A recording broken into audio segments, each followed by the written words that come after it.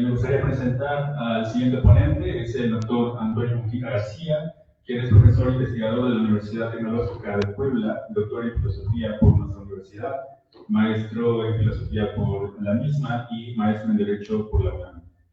Nos va a presentar su ponencia que se titula Aproximaciones conceptuales a las nociones de vida y colonialidad. Muchas gracias. ¿Qué tal? Buenas tardes. Creo que sí, ¿verdad? Creo que se escucha mejor. Perfecto.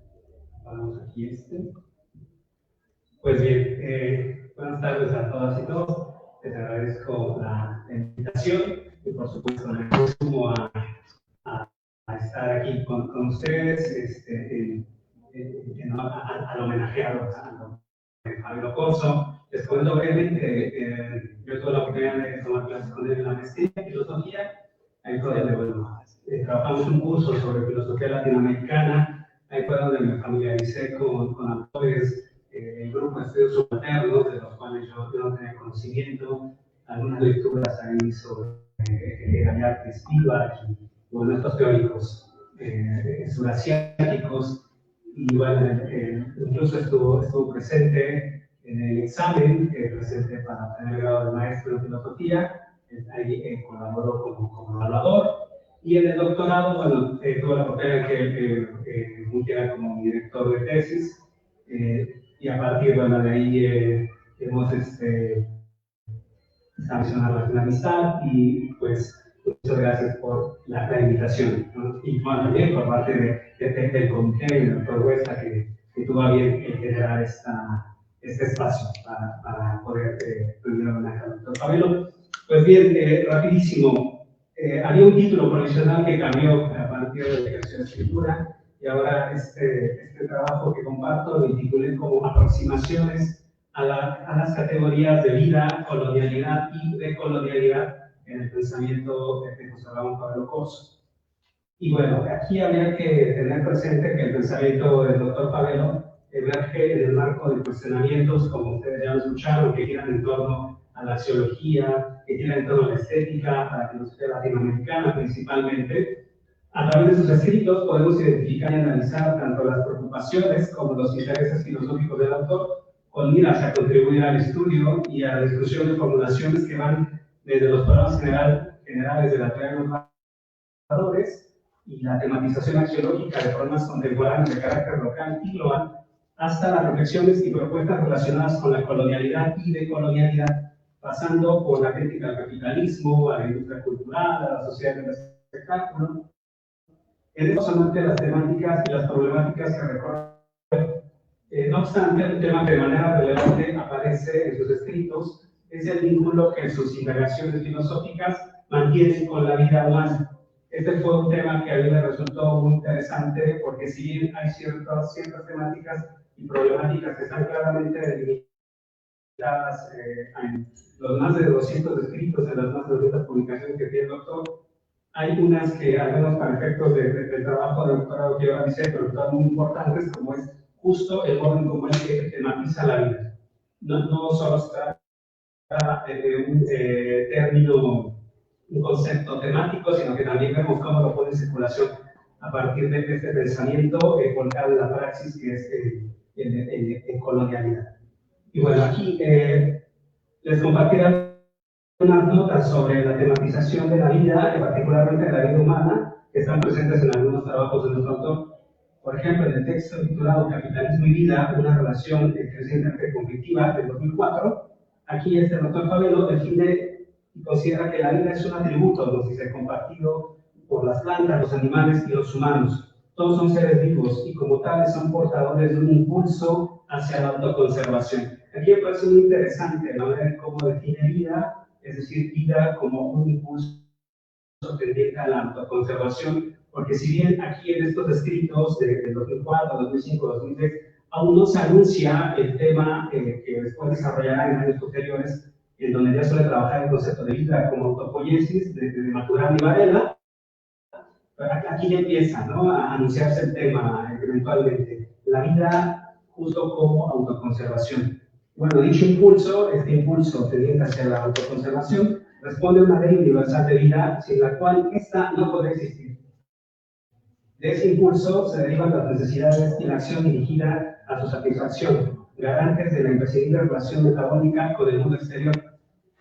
También en este escrito, el doctor Fabelo, siguiendo la lectura que él hace de Marx, bueno, también afirma, nos recuerda que hay una diferencia de raíz entre la vida como base de la evolución de las especies y la vida como fundamento de la historia. Es decir, hay una notoria diferencia entre la vida que corresponde a plantas y animales en relación con la vida humana. Esta diferencia esencialmente radica en el modo en que se obtiene, esta diferencia esencialmente radica en el modo en cómo se obtiene lo que se necesita para ello. Y aquí también podemos encontrar ya otra idea que complementa la anterior, la de vida como autoconservación. Aquí ya también se anuncia otra idea en torno a la vida. Aquí en este caso la vida humana no es puramente biológica, no es realidad biológica, ya que depende también de un componente social vinculado a la producción de los medios de vida. Aquí, bueno, va siguiendo a Marx en algún sentido. Nos dice el autor, nos dice Fabelo, que la vida humana presenta una gran variabilidad y habrá de ser una y otra vez recreada, siempre de manera distinta.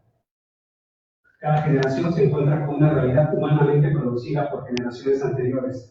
La producción de su propia vida como ser humano está íntimamente asociada a la apropiación que haga esa realidad previa. De ahí que la vida humana sea cada vez un resultado concreto diferente, un producto histórico distinto, de lo cual se deriva otro de los atributos fundamentales del ser humano, que es su historicidad. Aquí también resulta muy importante cómo recupera, precisamente siguiendo Marx, esta idea de vida, concretamente de vida humana, como historicidad. Ya no solo es autoconservación, sino también la vida humana como historia, y por supuesto como biografía. Ahora, por otra parte, también para el doctor Fabelo, aquí ya hay un giro interesante, porque en otro de sus escritos, el cual lleva por título Retos axiológicos en un mundo desbocado, la vida humana como criterio fundamental de lo valioso. Aquí hay otro modo particular de cómo tematiza la vida sin que necesariamente tome distancia de esta visión biosociocultural, ¿no? que definíamos hace unos momentos. Aquí, bueno, la vida, nos dice el doctor Fabelo, es aquella que le dota de sentido a todos los valores. Es decir, la vida, más que hablar sobre el valor de la vida, o más que considerar a la vida como el valor supremo, ante lo que estamos es justo ante la vida como el fundamento de todo valor, ante la vida como el criterio fundamental que determina lo valioso. Y aquí nos dice el doctor Fabelo, cualquier ser vivo necesita poseer la capacidad de distinguir en su medio aquello que tiene para él una significación vital positiva de aquello que la tiene negativa. Solo así se puede realizar sus funciones metabólicas, las cuales son una condición indispensable para la vida. Aquí, bueno, nos encontramos que, bueno, en este sentido, el reconocimiento de la vida humana como fundamento de lo valioso, como fundamento de todo valor, desde luego nos impele a hacer, todo lo lógica y empíricamente posible para salvar a la humanidad de su propia autodestrucción. Y es aquí justo en donde también podemos identificar la crítica que formula el capitalismo como un sistema de dominación múltiple, del que este sistema de dominación múltiple, porque no solo opera a nivel económico, también lo hace a nivel financiero, a nivel cultural, a nivel social, a nivel político, pues es un sistema incompatible con la vida. Es un sistema que niega la vida, y ahí es donde hay que cuestionarnos, el doctor Pablo lo plantea, pero hay que plantearnos hasta qué punto este capitalismo es en su fundamento necrocapitalista, ¿no? O este sistema económico es un sistema necroeconómico, toda vez que niega la vida, vulnera la vida, opera en contra de la afirmación de la vida. Y es por eso que el doctor Pablo se cuestiona por qué se hace tan difícil enfrentar los problemas globales que hoy amenazan a la humanidad y que provienen del propio accionar humano. Bueno, y esta pregunta, que no es en ningún sentido retórica, el doctor Pablo nos responde que, bueno, esto precisamente se debe por el tipo de relaciones que prevalecen, en donde se maximiza la ganancia y en donde se afirma la ganancia y no la vida humana. Esto también me recuerda justo a un texto de Franz Hinkelhammer, ¿no? Donde él reflexiona este texto tiene por título La vida o el capital, en donde hay claramente dos posturas antagónicas. Y bueno, nuestro esfuerzo también por comprender la capacidad humana de valorar, el doctor Fabio también se cuestiona en qué medida la capacidad de valorar está condicionada genéticamente o es adquirida socialmente. Aquí vemos que más que ser una postura que me puede determinar como biologicista o materialista o sociohistórica o sociocultural, bueno, aquí el doctor Fabio se da la tarea de repensar el concepto de vida vinculándolo desde esta dimensión, ¿no?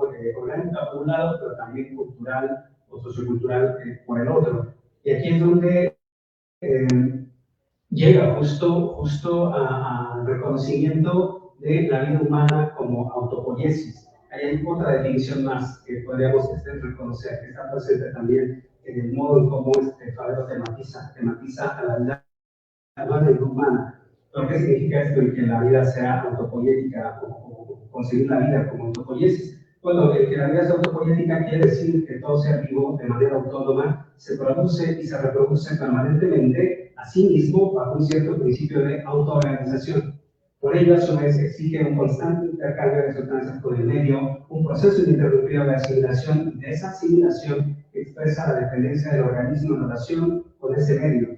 Por esa razón, la vida se distingue en todos los casos, no solo por la autoorganización, sino también por su ecorregulación, es decir, ya que esto presupone la capacidad para distinguir y reaccionar ante aquellas propiedades de la realidad que tienen una significación vital para el organismo. Cuando plantea la vida como autopoiesis, justo plantea, en el caso de la vida humana, una vida que busca producirse, reproducirse, conservarse, regularse, es decir, situarse en un equilibrio homeostático. Y aquí, bueno, claramente vemos cómo un tema que se anunciaba unos años antes, aquí ya claramente se expone, concretamente en un texto del 2007 que lleva por título Desarrollo de la capacidad valorativa, determinación genética y condicionamiento sociocultural, antecedentes filogenéticos. Este es un texto en donde se anuncia claramente esta idea de la vida como autopoiesis. Y este carácter autopoético de la vida es precisamente lo que le permite años más tarde desarrollar el doctor Fabio esto que define como la lógica de la vida o biológica. En esta lógica de la vida reconoce cómo a nivel orgánico y por supuesto a nivel sociocultural la vida humana opera, digamos que a un nivel tanto egocéntrico como genocéntrico. Nos dice aquí el doctor Fabelo, debido a esa actitud selectiva, solo puede tener sentido biológico si el referente de la selección es el propio ser viviente y sus propias necesidades autorreproductivas. Resulta inevitable, por lo tanto, reconocer una especie de egocentrismo en el comportamiento del ser viviente. ¿Qué significa esto? Bueno, pues que esta actitud egocéntrica, mejor dicho, ha de ser considerada como un atributo imprescindible de la autopoiesis en cuanto tal. Es decir, lo que dice aquí el doctor Fabelo, la vida no será posible si el viviente no asume como ocupación primaria la conservación y reproducción de su propia vida. Si no se toma a sí mismo como centro, como autorreferente en sus vínculos con el medio. Sin embargo, esta posición egocéntrica también opera o se complementa con otra dimensión que define como genocéntrica. A esta dimensión egocéntrica de la vida coexiste con las inclinaciones genocéntricas, las cuales tienden a la protección y defensa de la especie. El genocentrismo es esencial para la vida, ya que también se inclina a la autoconservación a nivel de especie. Y bueno, el hecho de que el individuo sea al mismo tiempo el depositario de inclinaciones egocéntricas y genocéntricas provoca la coexistencia en él de dos especies de lógicas. Lo dice el doctor Fabelo. Por una parte, la lógica de su propio vivir en lo individual y, por otro lado, la lógica de su supervivencia y perpetuación en otros representantes de su especie. Esta lógica de la vida o biológica en la cual acontece el vivir, tanto en lo personal como en cuanto a miembros representantes de una especie, interactúan, se complementan e incluso se contraponen.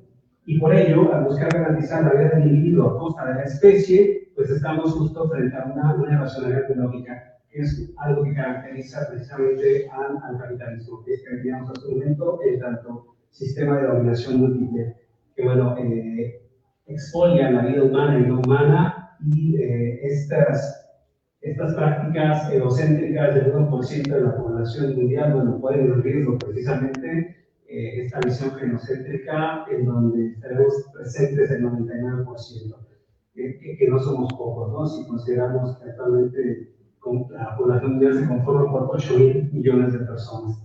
Bueno, aquí nos dice el doctor Fabelo que la humanidad enfrenta hoy peligros inéditos que amenazan su propia existencia, y todos han sido creados por ella misma, siguiendo precisamente la lógica del mercado, que por lo visto cada día se separa más de la lógica de la vida y de la autoconservación. En este caso, el egocentrismo, nos dice el autor, toma un grupo mayoritariamente adverso al genocentrismo. Bueno, ya casi para concluir, además bueno, de sus reflexiones en torno a la vida, el pensamiento filosófico del doctor Fabelo su pensamiento es un pensamiento situado que desde el horizonte latinoamericano y caribeño cuestiona y analiza las condiciones que posibilitan una praxis emancipatoria de nuestra América. Interesado por el pensamiento, en su momento lo escuchamos, ¿no? Por el presidente José Martí, de José Carlos Mariatti y de Fernando de Retamar, entre otros, ¿no? Marx, por supuesto. Nuestro homenajeado en sus escritos más recientes se ha interesado en los estudios sobre la colonialidad y la decolonialidad. En este caso, bueno, el concepto de colonialidad está muy relacionado, pero se diferencia en el concepto de colonialismo, ya que el término colonialismo bueno, hace referencia a la ocupación militar, a la subordinación política y a la elección jurídica de ciertos territorios y de sus pobladores a una fuerza imperial extranjera que busca el descarnado propósito de explotar al máximo esos recursos materiales y humanos en favor de intereses propios. Sin embargo, la colonialidad es algo mucho más sutil, ya que abarca lo que el doctor Pablo define como la lógica cultural que forma parte, acompaña, complementa y nos dice que incluso sobrevive al colonialismo mismo. Es decir, la colonialidad ha impuesto una lógica cultural que hasta ahora ha sobrevivido al colonialismo mismo, por lo que la colonialidad, nos dice el doctor Fabelo, se disfraza de verdad supuestamente absolutas, de valores supuestamente universales y de una supuesta superioridad humana y o cultural por parte del colonizador. Apela a la autoridad de las religiones que excluyen el derecho a existir de cualquier otro credo, de teorías científicas que se presentan como irrebatibles, de normativas éticas que moralizan la desigualdad, la opresión y hasta el exterminio, expresiones artísticas que se exhiben como las únicas capaces de satisfacer el más depurado juicio de gusto y marcan su diferencia en relación con todo aquello que a lo más comienza a codificarse como el folclore y la artesanía de sociedades exóticas. La colonialidad conquista el sentido común, el de los colonizadores y el de los colonizados. Hay demasiados textos en los últimos años en donde el doctor Fabelo abandona el término postcolonialismo, que hace par de décadas empleada, y empieza ahora a trabajar el concepto de colonialidad y ponerlo en circulación en distintos sintagmas, como colonialidad en Bader, por ejemplo, que ha desarrollado en sus últimos trabajos. Y bueno, ya para concluir, aquí también habría que considerar que otro concepto que está presente en su obra es el de decolonialidad, y es que, bueno, es una categoría que se refiere a la búsqueda de alternativas emancipatorias que promueve la superación del etnocentrismo, o también del etnocentrismo, ¿no? Del corte eurocéntrico. Y aquí, colonialidad, más que una categoría en cuanto tal, posee también un componente que es un término performativo, justo porque nos convoca a actuar, a hacer una praxis emancipatoria. Y nos dice la decolonialidad, más allá de ser una construcción teórica, es también una propuesta práctica que invita a descolonizar las dimensiones que han sido colonizadas en el mundo social, en el ámbito de la política, a nivel axiológico, en el ámbito de los valores, a nivel epistémico, en el ámbito de los saberes, etcétera, etcétera, etcétera. Y bueno, a manera aquí de conclusión de esta breve reflexión, pues conviene tener presente que las propuestas filosóficas del profesor Fabelo nos convocan a una praxis decolonial desde la dimensión axiológica, estética, política, pero también económica, en donde bueno, se encuentra situada la vida humana, tomando como punto de partida el privilegio epistémico de pensar en español desde un particular lugar de obsesión como lo es nuestra América. Muchas gracias.